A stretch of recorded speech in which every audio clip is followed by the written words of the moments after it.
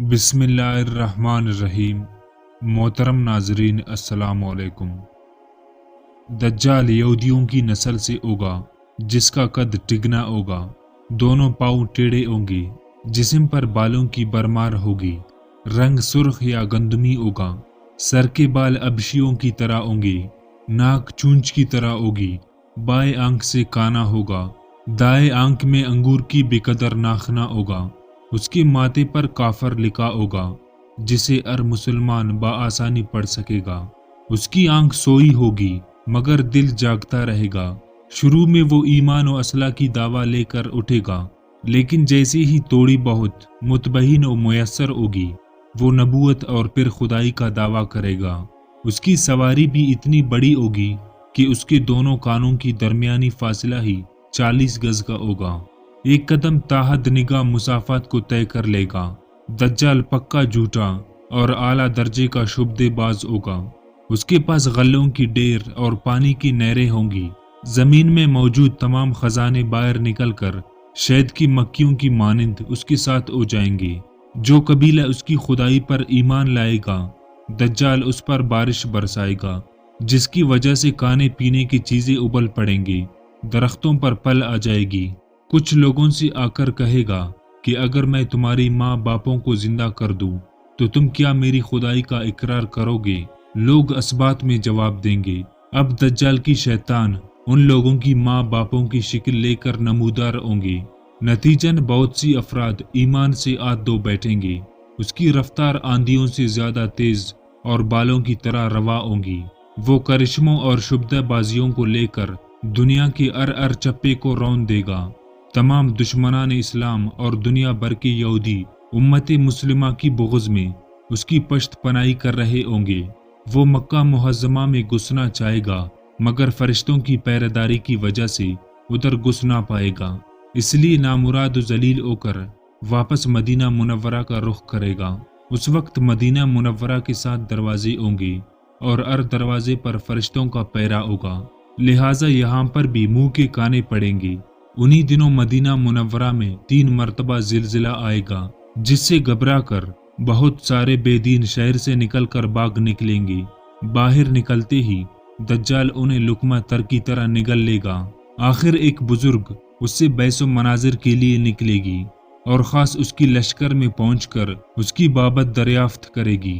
لوگوں کو اس کی باتیں شاق گزریں گی، لہٰذا اس کی قتل کا فیصلہ کریں گے، مگر چند افراد آڑے آ کر یہ کہہ کر روک دیں گے کہ ہمارے خدا دجال کی اجازت کے بغیر اس کو قتل نہیں کیا جا سکتا ہے۔ اس طرح اس بزرگ کو دجال کی دربار میں حاضر کیا جائے گا، جہاں پہنچ کر یہ بزرگ چلا اٹھے گا کہ میں نے پہچان لیا ہے کہ تو ہی دجال ملعون ہے، اور رسول صلی اللہ علیہ وسلم نے ہمیں تیرے ہی خروج کی خبر دی تھی۔ دجال اس خبر کو سنتے ہی آپے سے باہر ہو جائے گا اور اس کو قتل کرنے کا فیصلہ کرے گا۔ درباری فوراً اس کی 2 ٹکڑے کریں گے۔ دجال اپنی اواریوں سے کہے گا کہ اب اگر میں اس کو دوبارہ زندہ کر دوں تو کیا تم کو میری خدائی کا پختہ یقین ہو جائے گا؟ یہ دجالی گروپ کہے گا کہ ہم تو پہلے سے آپ کو خدا مانتے آ رہے ہیں، البتہ اس معجزے سے ہمارے یقین میں اور اضافہ ہو جائے گا۔ دجال اس بزرگ کے دونوں ٹکڑوں کو اکٹھا کر کے زندہ کرنے کی کوشش کرے گا۔ ادھر وہ بزرگ حکم الہی کھڑے ہو جائیں گے اور کہیں گے اب تو مجھے اور زیادہ یقین آ گیا ہے کہ تو ہی دجال ملعون ہے۔ وہ جھنجھلا کر دوبارہ انہیں ذبح کرنا چاہے گا، لیکن اب اس کی قدرت سلب کر لی جائے گی۔ دجال شرمندہ ہو کر انہیں اپنی جہنم میں جھونک دے گا، لیکن یہ آگ ان کے لیے ٹھنڈی اور گلزار بن جائے گی۔ اس کے بعد وہ شام کا رخ کرے گا، لیکن دمشق پہنچنے سے پہلے ہی حضرت مہدی علیہ السلام وہاں پہنچ چکے ہوگے۔ دجال دنیا میں صرف 40 دن رہے گا، ایک دن 1 سال، دوسرا 1 مہینہ اور تیسرا 1 ہفتے کی برابر ہوگا، باقی معمول کے مطابق ہوں گے۔ امام مہدی علیہ السلام دمشق پہنچتے ہی زور شور سے جنگ کی تیاری شروع کرے گی، لیکن صورتحال بظاہر دجال کے حق میں ہوں گی، کیونکہ وہ اپنی مادی و افرادی طاقت کے بل پر دنیا بٹا چکا ہوگا، اس لیے اکثری طاقت کے اعتبار سے تو اس کی شکست بظاہر مشکل ہوگی، مگر اللہ کی تائید اور نصرت کا سب کو یقین ہوگا۔ حضرت مہدی علیہ السلام اور تمام مسلمان اسی امید کے ساتھ دمشق میں دجال کے ساتھ جنگ کی تیاریوں میں ہوں گے۔ تمام مسلمان نمازوں کی ادائیگی دمشق کے قدیم شہر آفاق مسجد میں جامعہ اموی میں ادا کرتے ہوں گے۔ ملی شہرازہ لشکر کی ترکیب اور یہودیوں کے خلاف صف بندی کو منظم کرنے کے ساتھ ساتھ مہدی علیہ السلام دمشق میں اس کو اپنی فوجی سرگرمیوں کا مرکز بنائے گی اور اس وقت یہی مقام ان کا ہیڈ کوارٹر ہوگا۔ امام مہدی علیہ السلام ایک دن نماز پڑھنے کے لیے مصلی کی طرف بڑھے گی تو عین اس وقت حضرت عیسیٰ علیہ السلام کا نزول ہوگا۔ نماز سے فارغ ہو کر لوگ دجال کے مقابلے کے لیے نکلیں گے۔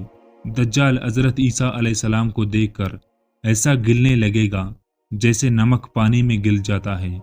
پھر حضرت عیسیٰ علیہ السلام آگے بڑھ کر اس کو قتل کر دے گی اور حالت یہ ہوگی کہ شجر و اجر آواز لگائیں گی کہ اے روح اللہ، میرے پیچھے یہودی چھپا ہے۔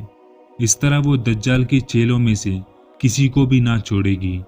پھر وہ صلیب کو توڑے گی، یعنی صلیب پرستی ختم کرے گی، خنزیر کو قتل کر کے جنگ کا خاتمہ کرے گی، اور اس کے بعد مال و دولت کی ایسی فراوانی ہوگی کہ اسے کوئی قبول نہ کرے گا، اور لوگ ایسے دیندار ہو جائیں گے کہ ان کی نزدیک ایک سجدہ دنیا و مافیا سے بہتر ہوگا۔ محترم عزیز دوستوں، اگر ہماری یہ ویڈیو آپ لوگوں کو پسند آئی تو ہمارے اس چینل کو ضرور سبسکرائب کریں۔ شکریہ۔